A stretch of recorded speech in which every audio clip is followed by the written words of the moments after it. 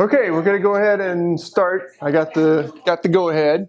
So welcome to the third of 3 lecture series on research design that has been coordinated by the College of Arts and Sciences. So we want to say thanks to the College of Arts and Sciences for coordinating the event, sponsoring the purchase of the lunch, and especially thanks to Shelley Fowler for putting all this together and marshaling all the resources necessary to make something like this happen. Yes. Round of applause for Shelley Fowler.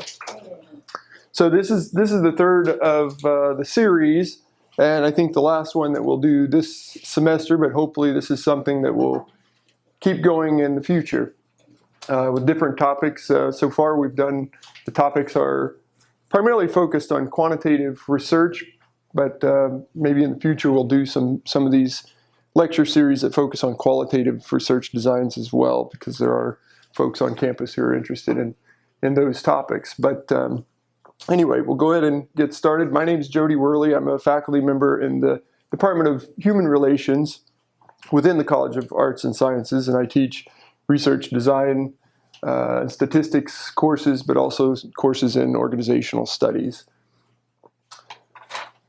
So just by way of introduction in terms of my presentation or the series that I'm doing today, we'll focus on non-randomized designs and alternative designs to the randomized controlled trials, and then we'll follow up tomorrow with a discussion on sampling strategies, which is an important consideration for any type of research design, but particularly with non-randomized designs.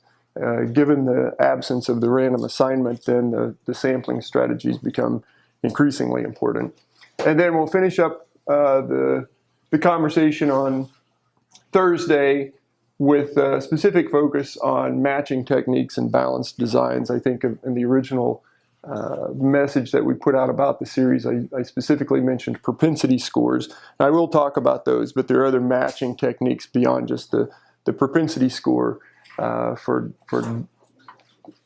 setting up these balanced designs in the absence of the random assignment. So we'll talk about those things on Thursday. So this series was structured in such a way that you can attend any given day and not miss out. You know, if you didn't come today and you came tomorrow, folks who come tomorrow won't miss out. They won't necessarily be behind. You can come today and Thursday and miss tomorrow and not be behind. But I also tried to structure it so that the conversations are sequential and cumulative, so they do build on each other in that way as well. So works for everybody, hopefully. So today the focus is on these non-randomized designs, and really focusing on 3 primary questions that are driving the conversation for today. So first, I'm going to start by just talking about what are randomized controlled trials and why are they considered the gold standard in research design, and then follow up with the question looking at it, if the primary goal in quantitative research is to establish some degree of certainty about these causal relationships, then are there any viable alternatives to the randomized controlled trials, or are we limited really in what we're able to do in terms of making any causal claims about effects and effectiveness of treatments? And then taking the conversation from there to focus on non-randomized designs as really the only option when random assignment is not possible or not ethically appropriate. So what are our options? Among the non-randomized design protocols, there are many from which to choose, some better than others. We'll talk through those and then look at what are the critical considerations for research design protocol and the advantages and disadvantages for some of those approaches. So before I get too far into this, just a caveat in terms of the presentation. So not knowing who the audience was going to be specifically, and making some assumptions about who might be interested in these types of presentations. There's a broad range of skills and abilities and background and training in terms of the folks who might be interested in this, and different people focus on different types of research. And so I'm not going to get super heavy into any of the, calculations or formulas or anything like that with these research designs. I want to take into consideration that we've got people who are, maybe novices or just beginning the conversations, looking at some of these topics, but we also have folks who, have some experience, maybe specialized training or experience with randomized control trials, but they're interested in what maybe some of the alternatives are, and vice versa. So just keep that in mind. And jump in anytime, ask any questions, don't hesitate to interrupt if you have questions or something comes up as I'm talking through these points. It's maybe a much more beneficial kind of presentation for you, if it's more interactive. So don't hesitate to interrupt, but the PowerPoint slides will keep me on track. Okay. So, starting out, why are randomized control trials, RCTs, what are they, and why are they considered the gold standard for quantitative research? Well, really, these RCTs, randomized control trials, are the only study design that can really guarantee that the participants in treatment and control conditions are similar in all of the known and unknown attributes that might influence the outcomes of interest. So in any given study design protocol, there are all kinds of factors that can influence an outcome. And in RCTs, we try to isolate the treatment and control for any other extraneous factors, any other extraneous variables, any other influences or things that might influence the outcome variable. And the RCT is really the only design that can effectively do that. So strong control over extraneous variables. The RCTs use a rigorous experimental design protocol where we have random selection from a population, random assignment of the selected participants to either a treatment or a control group. And the primary goal is to understand the average overall benefit and risk of using a standardized treatment or therapy or some intervention in a selected group of patients or participants in the study. So when they're well conducted, these RCTs have what we call internal validity. Okay, internal validity. So that is the strong control over these extraneous variables that might influence those observed outcomes of interest or changes in the observed outcomes. So well-conducted RCTs also have the net benefit of the treatment or intervention therapy as being considered efficacious, right? So there's this distinction between efficacious and effective designs, particularly in prevention science, prevention research. So most interventions are first evaluated by the developers and other researchers under optimal conditions, right? Ideal kind of conditions where we can control everything, such that having ample resources, well-trained and carefully supervised intervention personnel, people who understand the treatment protocol and can troubleshoot issues that may arise in any given study. But once the programs are worthy of dissemination beyond just the clinical trials, right, they also have to be effective, right? Not just efficacious under optimal conditions, but they have to be effective under real-world conditions, right? So for this reason, prevention scientists, people who typically do RCT-type studies, distinguish between efficacy trials and effectiveness trials, where efficacy refers to the beneficial effects under optimal conditions, and effectiveness refers to the effects that we observe under more real-world kind of conditions, all right?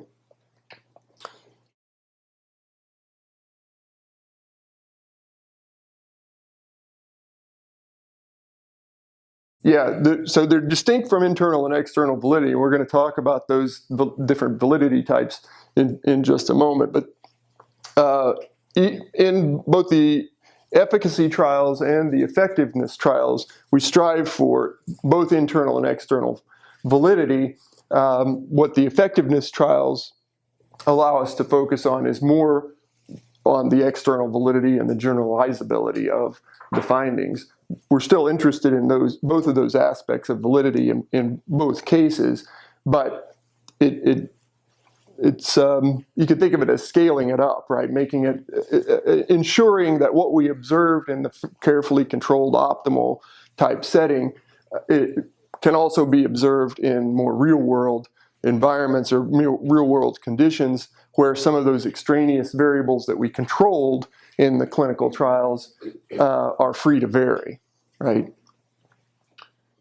Okay, so the randomized control trials can be a valuable design protocol. They are considered the gold standard for establishing optimal conditions that are needed for the efficacy trials. But it's not always feasible or not even always possible to rely solely on the randomized control trials to guide real-world practice, right? Because we want to see how things work, again, when those extraneous variables are free to vary. So a program of research or treatment protocol that produces significant effects in an efficacy trial under optimal conditions may not produce the same effects or may not yield similar effects in naturalistic settings where the conditions allow those extraneous variables to vary. So just very quickly, some of the potential reasons for the difference between the efficacy trials and the effectiveness of treatment in less optimal conditions. It could have to do with the study design itself, just the setting in the highly controlled, standardized environments. We've tried to isolate and control those extraneous variables versus a more naturalistic or unsystematic kind of environment where things are free to vary. The outcomes can include maybe less meaningful endpoints in a clinical setting than they may in a naturalistic environment. If you're just thinking of a drug treatment, for example, if you've isolated and controlled all the other types of drugs or health conditions that a person is experiencing, that's great in a clinical trial setting, but in the real world, they may be taking multiple medications or have other health factors that could intervene. And so, the effectiveness of that drug, even for the same person, may be very different in those different settings. So study design is a factor, participant selection is a factor, where with the randomized controlled trials in the efficacy studies, we have very strict inclusion-exclusion criteria. We can control all of that, as opposed to the more naturalistic environment where we may have to rely on volunteers or convenience sampling, something like that. It can introduce elements of measurement error, sampling error, right? Randomization can be an issue in the efficacy studies. The random assignment of participants to groups addresses the issue of this confounding that I mentioned before, whereas the more effectiveness trials where we're in a more naturalistic environment, some of those extraneous factors may not even be known, and to the extent they are, they may not be measured or controlled. Yes?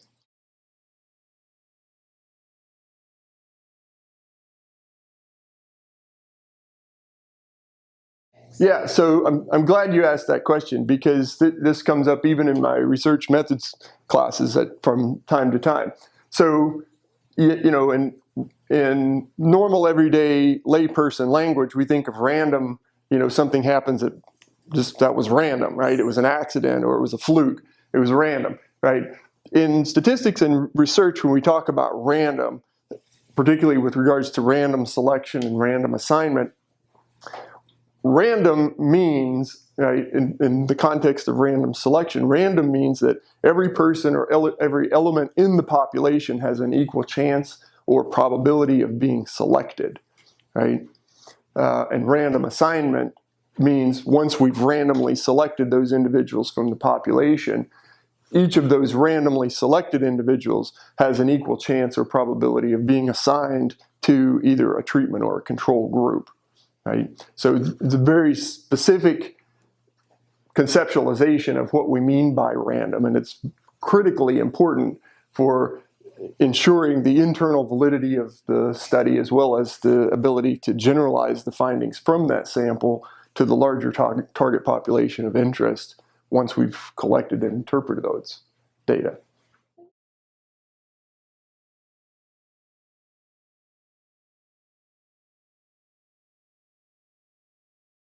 So, yeah, when I'm using the term naturalistic here in a very broad sense. So naturalistic studies could be, real world conditions. It could be an observational study, but it could also, naturalistic in this context could just be a cross-sectional study, right? Where we're not necessarily in the bushes with our binoculars or taking notes in the field, but a cross-sectional study, a selection of participants that have more going on, extraneous factors, variables that could influence the outcomes that we may not know about or we aren't able to measure or control in the same way that we would in a carefully controlled kind of experimental laboratory or clinical setting.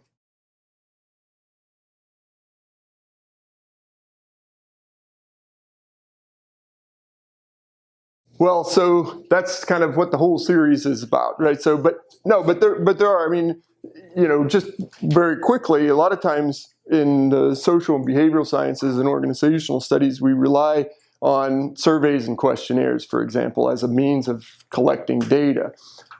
It's very difficult to control all the other possible extraneous factors that may influence a person's response on a questionnaire or survey. And particularly if we're asking, for example, questions about opinions or attitudes or levels of satisfaction or something like that. I mean, there's a whole host of things that could influence that. Maybe they just had a bad day at work, or who knows, whatever, or it's their birthday, right? As the case may be. But there are strategies to incorporate ways to evaluate the legitimacy of the responding. We can ask social questions about social desirability, for example, Marlowe-Crown, and there are several measures that we can incorporate into surveys to make sure, or at least test and evaluate whether a person is responding just because they think that's how we want them to respond, or because it's really consistent with their position on the issue. Okay. So a lot of different reasons that there could be variations between the carefully controlled trials and the more naturalistic kinds of approaches. Okay, so given that these RCTs are the gold standard, and it's really the only way that we can ensure that we've controlled for all those extraneous factors, are there any other viable alternatives to doing research that way and still be able to make some claim about cause and effect or relationships among causes and outcomes, right? Or is any other approach to establishing causality, which is really the goal, just a dubious search for fool's gold, right? So there's, obviously there are other alternatives, right? There are alternatives to RCT. Most of the methodologists who work in this area prioritize the RCTs. I mean, it is the gold standard. It is the surefire way. But certainly there are questions that we're interested in, particularly in the social and behavioral sciences and organizational studies, where it just doesn't make sense or it's not ethically appropriate to randomly assign people to groups, right? If we're interested, for example, in the health outcomes among women who are addicted to drugs or alcohol, right? We're not going to randomly select women from the population who happen to be pregnant and then randomly assign them to a group and get them addicted to drugs and alcohol to see what happens, right? It's just, you can't do an RCT on that, right? But it doesn't mean it's not a question that we shouldn't explore, right? So there are alternatives, but in order to look at what the alternatives are, we need to first consider some aspects of the design process, right? So we need to ask questions about different models of causality. What do we really mean by causality? What is our definition of effect, right? And do we have a theory of cause, or how can we think about theory of cause in these alternative design protocols? how do we think about causal generalization? So taking our findings from a specific sample and then being able to generalize that to a larger target population, and then taking all of that into consideration, then what are the implications for design and analysis? What do we do? Right? So that's where we're headed now. So in terms of these models of causality, there are different perspectives, as you might imagine. Right? So Donald Campbell is maybe one of the classic approaches to thinking about causality. He did his work mostly in the middle of the 20th century. A lot of his seminal writings were published in the 60s and 70s. And he's a very prolific writer, very well known, and very influential in terms of thinking about causality and our understanding of important design characteristics like internal validity and external validity. This is the guy who came up with that language, right, and really created the way we think about those things. Well, Donald Rubin is, I might mention that Donald Campbell is trained as a psychologist, right, social psychologist in particular, did quite a bit of work, obviously in psychology, experimental social psychology, but also very influential in a lot of education studies, which can be very complex in terms of multiple levels and things like that. Donald Rubin came along at the latter part of the 20th century. He's trained as a statistician, so he thinks about causality a little differently than Donald Campbell. And Rubin has also been very influential in our thinking about causality and important considerations. A lot of similarity between these two in terms of how they approach causality, but their approaches are somewhat different, and we'll see how that shows up. And then Judea-Pearl came along really toward the very end of the 20th century and the first part of the current century. He's actually a computer scientist, information scientist, and does more mathematical modeling kind of approach to models of causality. I'm not going to talk a whole lot about Judea-Pearl, but those of you who are familiar with things like structural equation modeling, that's his approach is very similar to that kind of design. So I'm not going to spend a whole lot of time talking about his approach or model of causality, but I just mention it to let you know that there are other alternative approaches that have been equally influential here. I'm going to spend most of the time talking about Campbell's model and to the extent that Rubin's model overlaps with Campbell, I'll mention some things about him as well. So Campbell's model, really three elements to talk about here. Campbell talks about he has a validity typology, and then uses that typology of validity, ways of understanding validity in research, to recognize and address potential threats to validity, and then taking into consideration those possible threats to validity, what the implications are for how we design research studies. Okay, so it tends to take a little bit more of a philosophical approach, kind of what's the theoretical perspective and philosophical understanding of causality as a way to set the stage for developing research design before we ever go out and start collecting data, right? There's nothing worse than designing a study and going out and collecting a bunch of data and then realizing I should have done it a different way, right? Or we should have asked the questions a little differently, right? So he spent a lot of time thinking about what to do first, right?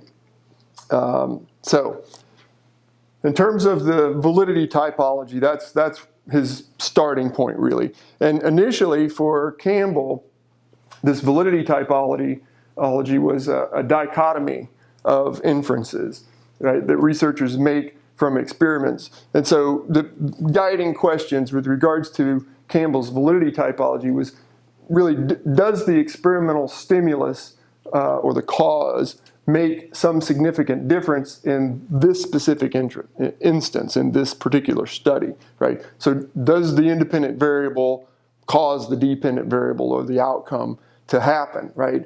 That's internal validity, right? The second question that he thought was important was to what populations or to what settings or what variables can that observed effect be generalized beyond the context of this study. That was external validity. So it really started out with just those two focuses on internal validity, external validity.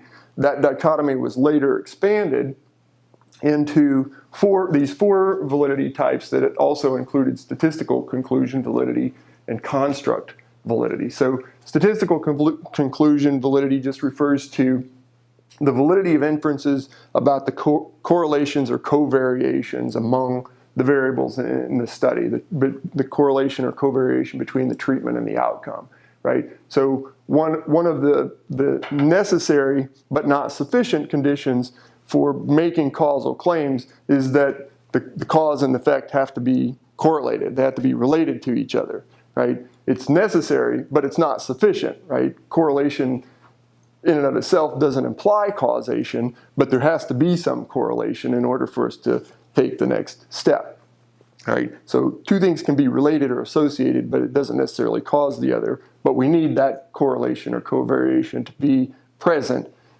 in order to move forward. Okay, so that's the statistical conclusion validity, yeah.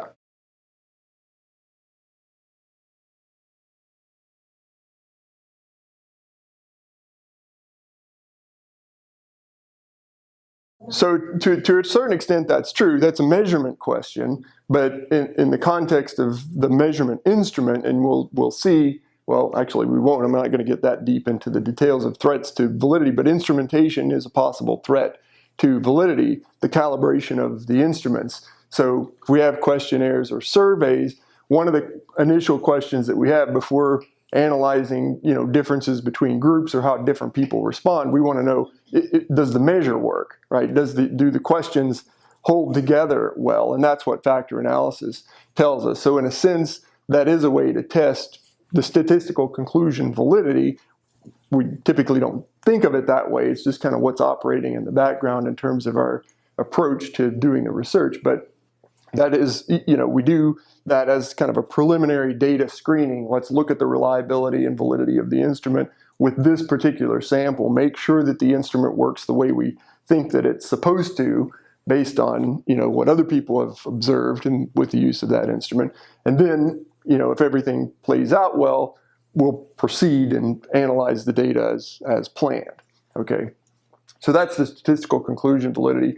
I mentioned internal and external validity already, and the construct validity just refers to the validity with which the inferences that we can make can be made from the operation in a study to the theoretical constructs that those operations are intended to represent, right? So construct validity has to do with, are we really measuring what it is that we intended to measure, or is it something else, right? So, for example, one of the things that I study and Dr. Steinheider's looked at is occupational burnout. That could mean different things to different people in different industries or in different parts of the world, right? So there are standardized measures. The Maslach burnout inventory, for example, is one of the most commonly used measures of occupational burnout. But initially, when the thing was developed back in the 1980s, right, it was developed in the context of a consulting project, right? It wasn't a research project that they developed the thing. They just needed some way to measure occupational burnout, so they threw some items together and it worked, right? And so then people started using it in all kinds of different areas and among educators and computer scientists, and occupational burnout looks very different for those kinds of people. So there were a lot of psychometric studies that tested and evaluated the use of that instrument to ensure that what we're calling occupational burnout really is that and not something else within these different contexts, right? So that's construct validity.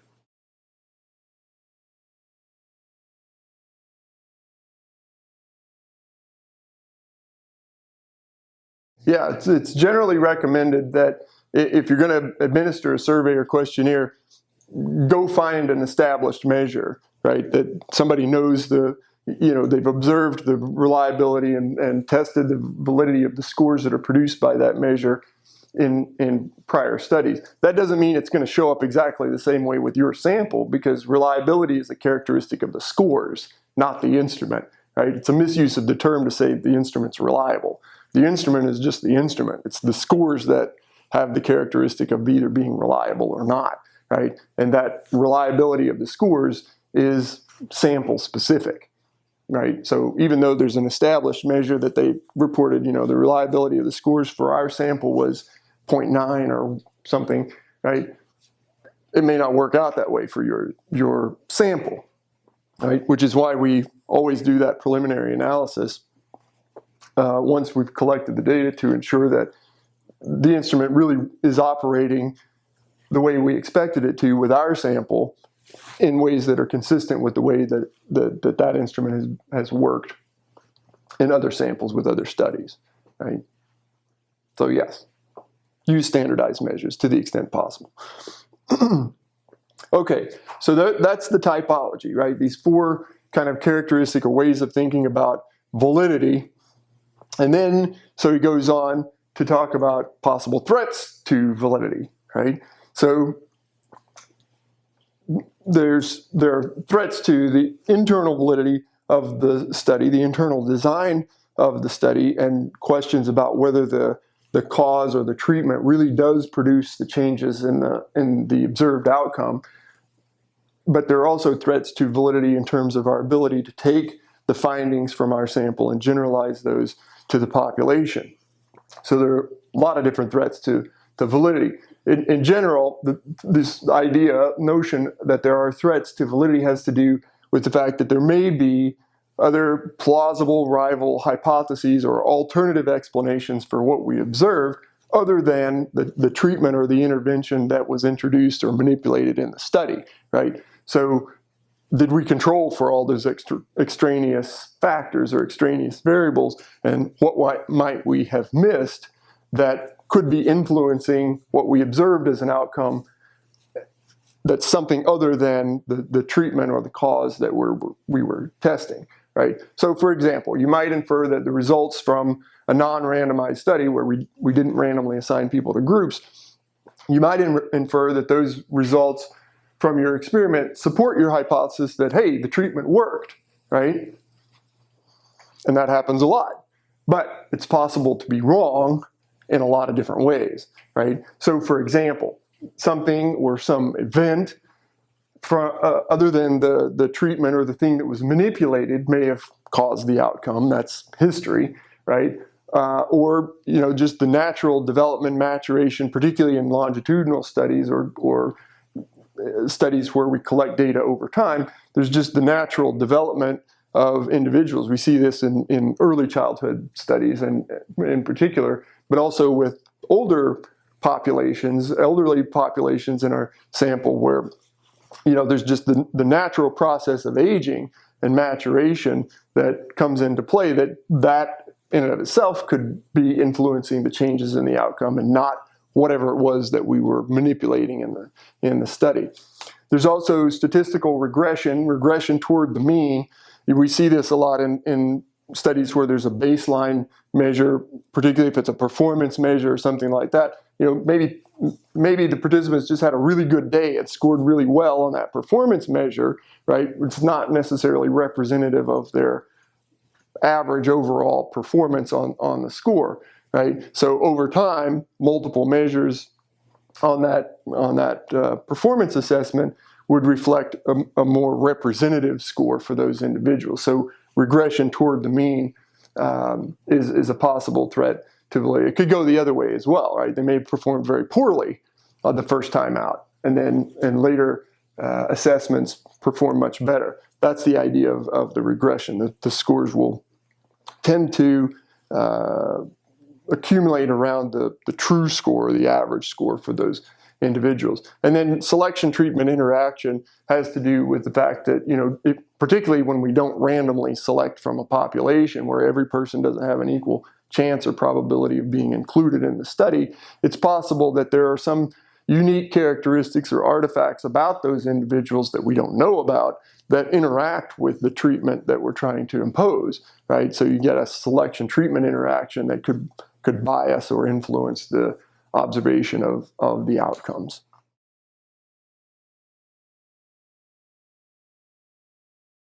It does. It's always a threat, right? It's always a threat, which is why Donald Campbell says you need to pay attention to that, right? We need to be considerate of that. So it happens all the time, more often probably than what we realize, right? And a lot of times it goes unchecked, frankly. Particularly, you know, and I mean, go to the open literature, the published peer-reviewed research, and look in the method section and see how many times people have used a convenience sample as a way to collect their, you know, get the most of the time, right? Particularly in the social and behavioral sciences and educational studies, and even in organizational studies, right? We rely on convenience samples all the time, right? Well, who knows what kind of selection treatment interaction is going on that, for the most part, goes unchecked, right? And we just analyze the data and report the findings and say, look, we found this cause-effect relationship. We need to implement this program. It works, right? Who knows?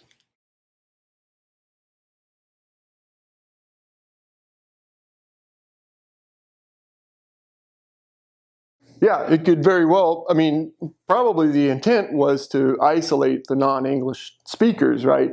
But in doing that, right, you also create kind of what we refer to as a range restriction issue. So you only have, you know, this one small piece of a much larger picture about the performance on whatever the outcome of interest was. So it could very well. In the limitations. Yeah. Yes. So they address that. Yeah. Yeah, at least they let you know, right? Okay, so lots of possible threats to validity.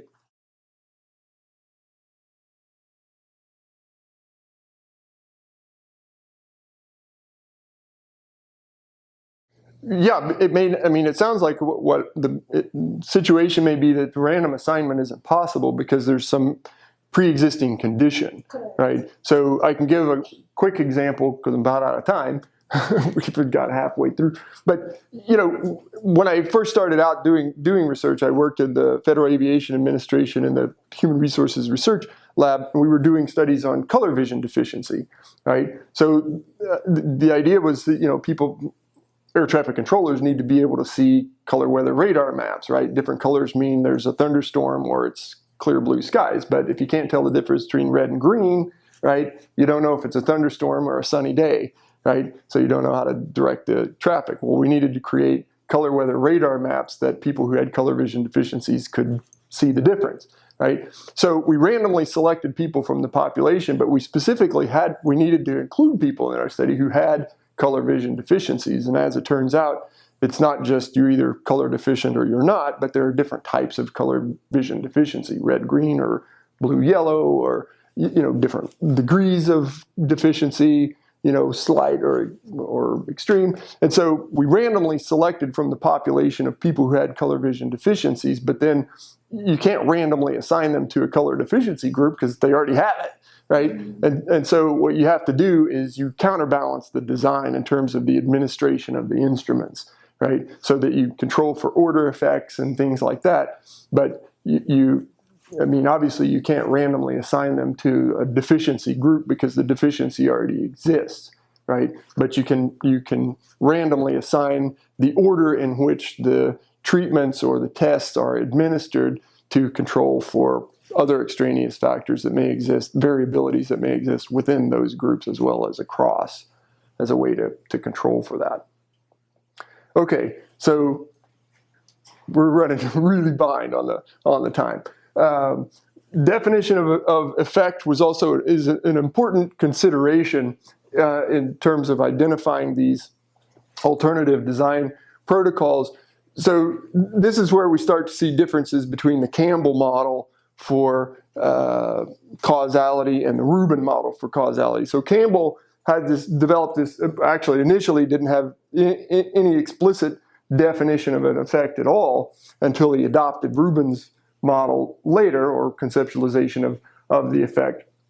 But basically, he has this notion of the counterfactual, right? Where counterfactual is a condition that would occur if some part of the world were different than it really is. So in other words, if if the outcome had happened, or if the treatment had been administered, here's what the outcome we would have anticipated, right? That's the idea of a counterfactual. The effect of a cause, it's the difference between what actually did happen to the person who received the cause or the treatment and what would have happened to that person if they hadn't received the treatment, right? So we look at this average causal effect. It's just a difference at a population level, right? It's the expected change or the expected difference in the outcome when the treatment is administered minus the outcome when the treatment's not administered, right? That's the counterfactual. And so for Donald Campbell, right, he notes that he allows for an effect or something to be considered an effect or a cause in the observance of outcomes for those individuals for whom the treatment wasn't necessarily administered or observed, right? And he compares that to the control group in which they did. Rubin's approach was a little different, right? He prefers not to characterize, Donald Rubin prefers not to characterize the counterfactual theory, but for all intents and purposes, it's the same thing. He just approaches it a little differently, but he prefers to refer to potential outcomes rather than counterfactual. So what Rubin notes is that all potential outcome could, in principle, be observed until the treatment is assigned, and that some could be observed after that, but the counterfactual can never be observed. By definition, you can never observe a counterfactual, right? That is, it's not possible to observe something that doesn't exist, right? So that's Rubin as a statistician saying, well, how can you observe something if it didn't actually happen? That's ridiculous, right? So that's kind of his perspective on the matter. And so from the Rubin approach or the causal model from Rubin depends on the possibility of observing any of the potential outcomes that may exist. And he goes into all kinds of detail, and there's a couple of references there if you want to learn more about that approach or the distinctions between the two. Okay, well, just as the Campbell causal model never formally defined an effect, the Rubin model has paid relatively little attention or less attention to the concept of a cause, and that's probably because he's primarily interested in the effect part of the model anyway.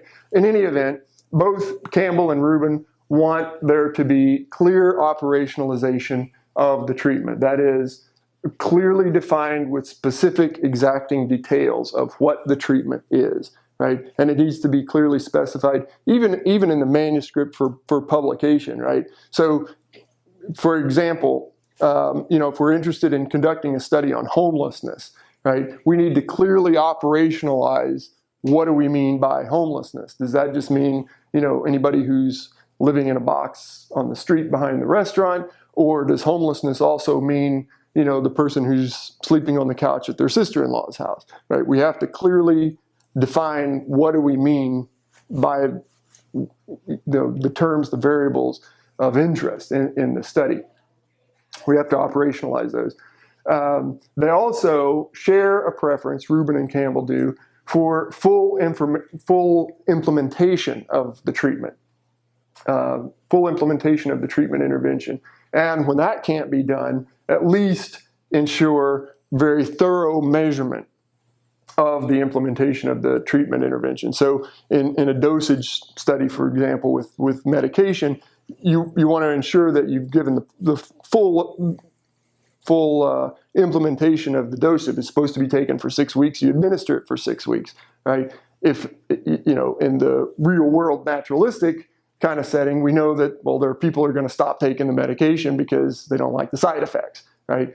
So that's a problem. But in the clinical trials, we can, force feed them the medication and make sure that we got full implementation. But to the extent that full implementation is not possible, right, we just want to very carefully and diligently document how the implementation protocol was conducted. Okay, both of them, Rubin and Campbell, also agree that the cause in the experiments must be manipulable. It should be something that is manipulated, right? That the cause includes whatever was manipulated, right? So that can get a little confusing. What the heck does that mean? Well, for example, if a particular training protocol is considered the cause for producing a desired performance outcome, right? It could be an educational training, or it could be, whatever. The training protocol is considered the cause for producing a desired performance outcome. Then the optimal condition would be to assess the full implementation of the training protocol by comparing it with manipulated versions of that same training protocol, either partial implementation of the training or absent training. So we've got a full implementation group with a partially implemented group, and maybe a group that didn't receive the training at all, and we can compare across those. But what we might also want is another instance of the full implementation of the training protocol, but under different conditions, right? As a means of comparison. So it has to be manipulable, but it also should be, to the extent possible, fully implemented to its full extent. Okay, so the Campbell model aspires to be a theory of generalized inferences, right? Broad, general inferences from our sample to the population, whereas the Rubin causal model has a more narrow, specific purpose, wishing to define the effect in a very clearly exacting, kind of precise, single experiments. There's a lot of overlap in terms of their approach, but metaphorically, we could think of it as a difference between bandwidth in the Campbell model and fidelity or clarity in the Rubin model, right?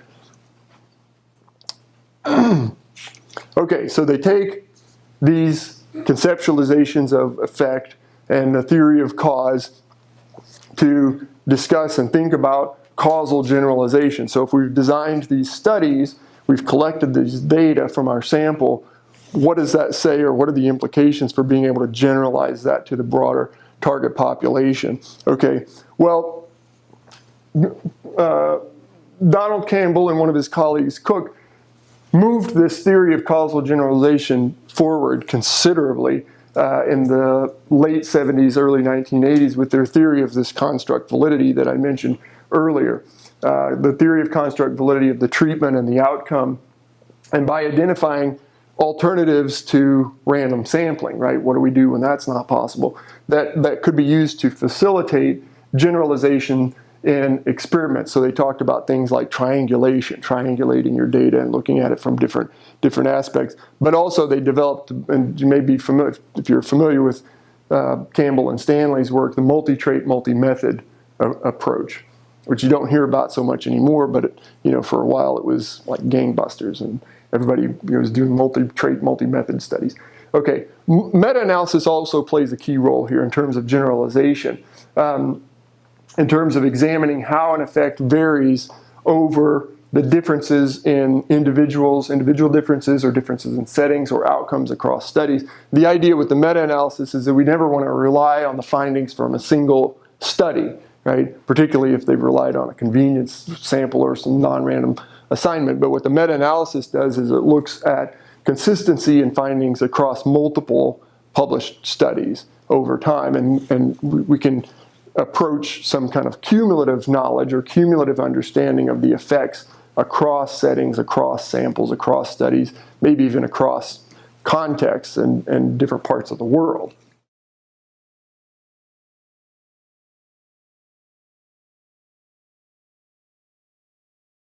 So what a meta-analysis involves is you set date parameters. For example, we're going to look at all the studies in the last 10 years that have used a measure of occupational burnout, for example. And we go to the methods section and we say, okay, they're all using the Maslow burnout inventory, great. So they're all using the same instrument. We don't have to worry about variability there. We could design the study so that we incorporate the use of different measures of burnout and see if that makes a difference. But just to keep it simple, we look at all the studies that use that measure of occupational burnout. And then we look at differences in the sample characteristics. How large was the sample? Where did they come from? Did they use a convenience sample or a random sample from the population? We compare all those differences across samples, the characteristics, and then we look at, what were the reported findings for that sample compared to, other samples that had different characteristics and different size, right? Just linking them all together. Basically. Linking them all together, and to a certain extent, that's part of the purpose or the intent of the meta-analysis is to see, once we, take into account all of that variability across samples and settings and sample size factors, what do we know, right? What can we say conclusively about the reported findings with regards to burnout, taking into account, we've looked at it across all these different settings and populations, right? Okay, so another one of the key things is the identification of causal explanations that provide the mediating mechanisms between cause and effect. So the third variable problem, or the fourth variable, fifth variable problem, intervening variables, right, are important to take into consideration. Donald Rubin actually contributed quite a bit to the meta-analysis, going back to that point, and this mediational model as well, both conceptually and statistically, but rarely with any explicit conceptual tie to the causal generalization. He was mostly interested in the effect part, except for he did some stuff with response surface modeling and with meta-analysis, which is fairly advanced.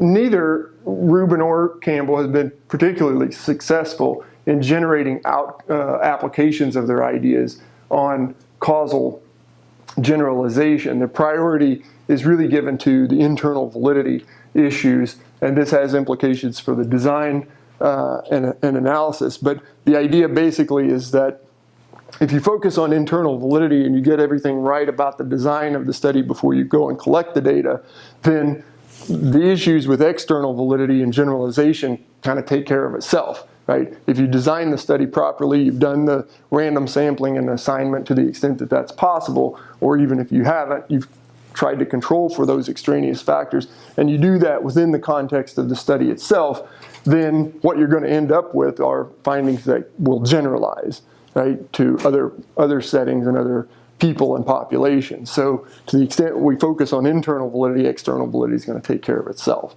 right?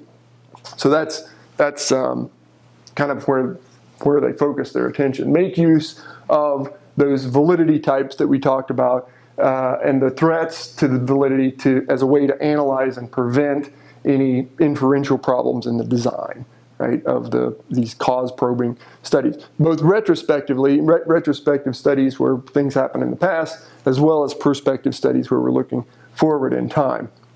But the internal validity is the priority concern. So for Campbell, the first line of attack really is before you begin data collection, right? During the design stage of the study, look toward the causal inference, right? Design the study as a way to, in a way to reduce the number of rival hypotheses or alternative explanations that may show up, right? The idea is that the fewer of these plausible rival hypotheses that are remaining, to the extent that you've controlled for all those things, then it just increases the degree of confirmation that you will have ultimately in your study.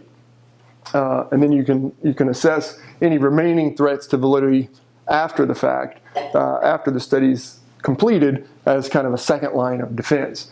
It's more difficult to do convincingly, but sometimes it's the only choice when better designs can't be used, or when you're critiquing other studies, right? Other published studies, you're after the fact. Okay, so it's those are the things that really kind of led to the development of some of the more complex and rigorous non-randomized designs that we can use when the randomized control trials are either not possible or they're not feasible. Okay. Okay, so now that we got all that done, right? And we're out of time. What are the options for these non-randomized design protocols? What are some of the critical considerations for research design protocols, and what are the advantages or disadvantages of those approaches? Well, so there's a lot, right? But what I chose to highlight were quasi-experimental designs, two in particular, the non-equivalent control group design and regression discontinuity design, the interrupted time series designs with the control series, and then complex pattern matching and propensity scores, which is what I'm going to talk about on Thursday, right? So those are options. These are all suitable alternatives when the randomized control trials or randomized control studies are not an option. These complex pattern matching, in particular the propensity scores, make really complex kind of predictions in which a diverse pattern of results might occur or must occur with a study that might include maybe multiple non-randomized designs, and each of those with its own set of presumed kind of biases. Right? The idea is then the more numerous and independent the ways in which the experimental effect is demonstrated, the less numerous and less plausible any singular rival invalidating kind of hypothesis becomes, right? So again, it's just a way of maybe triangulating your data and your study protocol. Okay, so then I go and talk about a little more specifically the quasi-experimental designs, what that is. It looks quite a lot like the experimental designs, really. It just lacks the key ingredient of random assignment, right? So for all intents and purposes, these quasi-experimental designs look just like an experimental design with a treatment and a control group. It's just that you're not able to randomly assign participants to those groups. The non-equivalent control group design also requires a pre-test, post-test kind of protocol for the treated group and the comparison group. And then these regression discontinuity designs is a horrible name. I don't know why Donald Campbell came up with it, right? Because most people hear regression, that's kind of a negative connotation. It's like going backwards. Why would you want to do that? And discontinuity means, there's some kind of jump or skip in the process. And, but for researchers, regression discontinuity actually is something meaningful. It is a kind of a special case of the quasi-experimental design with the pre-test, post-test, but it elicits the causal effects of the intervention by assigning a cutoff point, right? So it's really good in testing. Education researchers use this regression discontinuity design quite a lot, but they assign a cutoff or a threshold above which the intervention is assigned. So it's used like a selection test, I guess. In organizational studies, we may use something like that. Okay.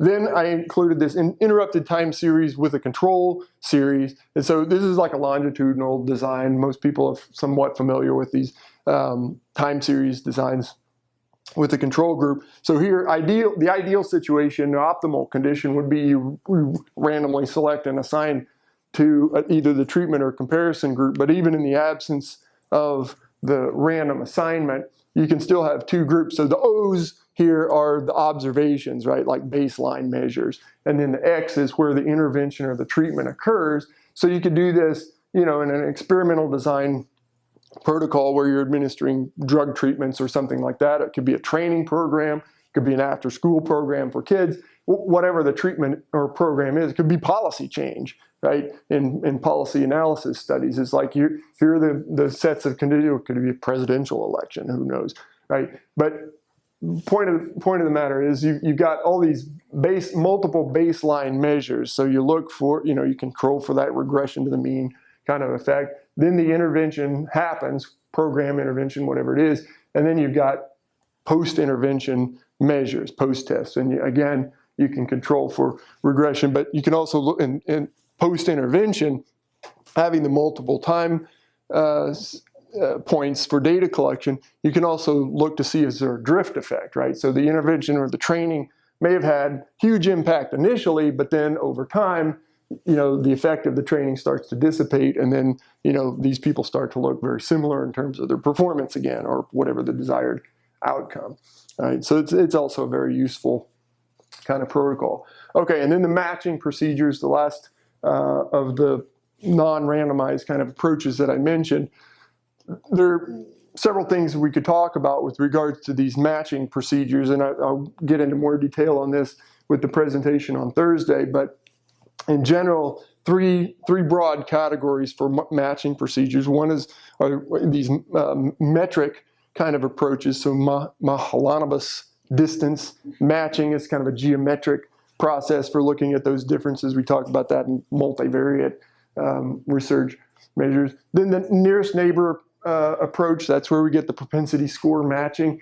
It's very useful and does very well under certain conditions.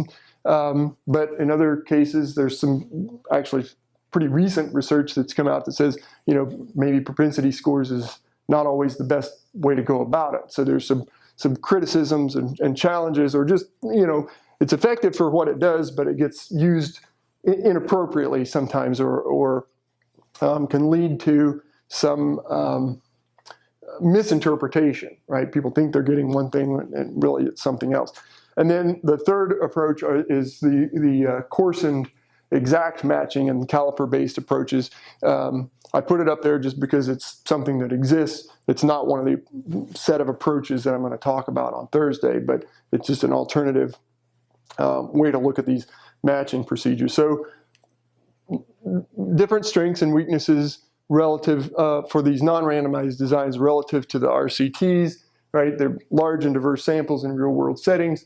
We can gain insight where multiple or complex phenomena occur simultaneously. Things are not so carefully controlled. It's relatively inexpensive because it doesn't require the same level of control, but it has its limitations as well. So we have to watch out for the extraneous factors, the variables that could come into play. There's always the selection bias of participants that we have to watch out for. And it's very difficult to compare. If we haven't randomly selected or randomly assigned, it's difficult to compare non-equivalent groups, right? It raises the question about, is it an apples to oranges kind of comparisons, or maybe even fruits to nuts, right? It's like, who knows? So the non-equivalent group comparison can be problematic and introduces some limitations to the design. But there's some other things that we can do to try to counter that, right? Such as using multiple methodological approaches. Those are often available, so the multi-trait, multi-method kind of approach, but they may be inconsistently applied. We learned that when we do the meta-analysis, right? How all the different ways people have used, seemingly consistent standardized measures, but they've used them in different contexts with different people, and then, the wheels fly off. So we got to watch out for that. So what are the considerations, important considerations when planning or interpreting the results of non-randomized studies? So, this is just kind of a quick list of things to take into consideration. We could probably go on and on with the list, but these are what I considered kind of essential questions. So does the study sample, it's a selection question, right? Does the study sample fit the hypothesis and the target population of interest? It doesn't do any good to collect data from people that don't look like the people that you want to generalize the findings to, right? And sample size, is it adequate to answer the research question? Is it adequate to use the kind of statistical techniques that you want to use? So there's sample size requirements for that as well. Is the study design conducive to addressing or answering the research questions? Is the treatment exposure determined adequately? You have to have the adequate duration of the exposure to the treatment. Was the exposure, do you get a baseline measure, right? Exposure was to the treatment was assessed before the outcome occurs, and can it be quantified or explained, right? Then is the outcome measured accurately? Is it relevant for practice? That's a construct validity question. You always have to be attentive to possible confounding factors, extraneous variables. Were they adequately and accurately controlled for? Is there any potential for confounding variables that may be known, but we didn't control for them? We didn't measure for that. And what are some possible confounding variables that we didn't know about, right? Things that weren't considered. And follow-up. A lot of times we do these cross-sectional studies where we collect data at one point in time. We never really ask ourselves critically, well, is there any cost associated with just doing follow-up and getting additional information? We have to ask about the statistical methods and the assumptions suitable for the research question. And if we're using secondary data, archival data or something like that, making use of these large government databases, do those data really fit and address the research question? Because they were collected for some purpose other than whatever our research question is. So we have to ask, is it really what are the appropriate questions that we can ask of these data? Right? So if the RCT is not an option, we can't randomly select or we can't randomly assign participants to the groups, sometimes for very legitimate reasons. What do? Well, we want to make sure, first and foremost, that we have a representative sample, or we do everything we can to ensure that we have a sample that's representative of the target population of interest.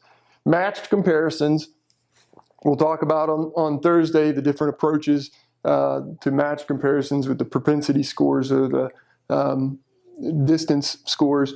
And then we strive for internal validity, right? The design, very carefully design the study protocol and try to ensure to the extent possible that we've controlled for as many of the extraneous factors or variables as possible. So, a little overtime, but we got a lot covered, right? So, any questions?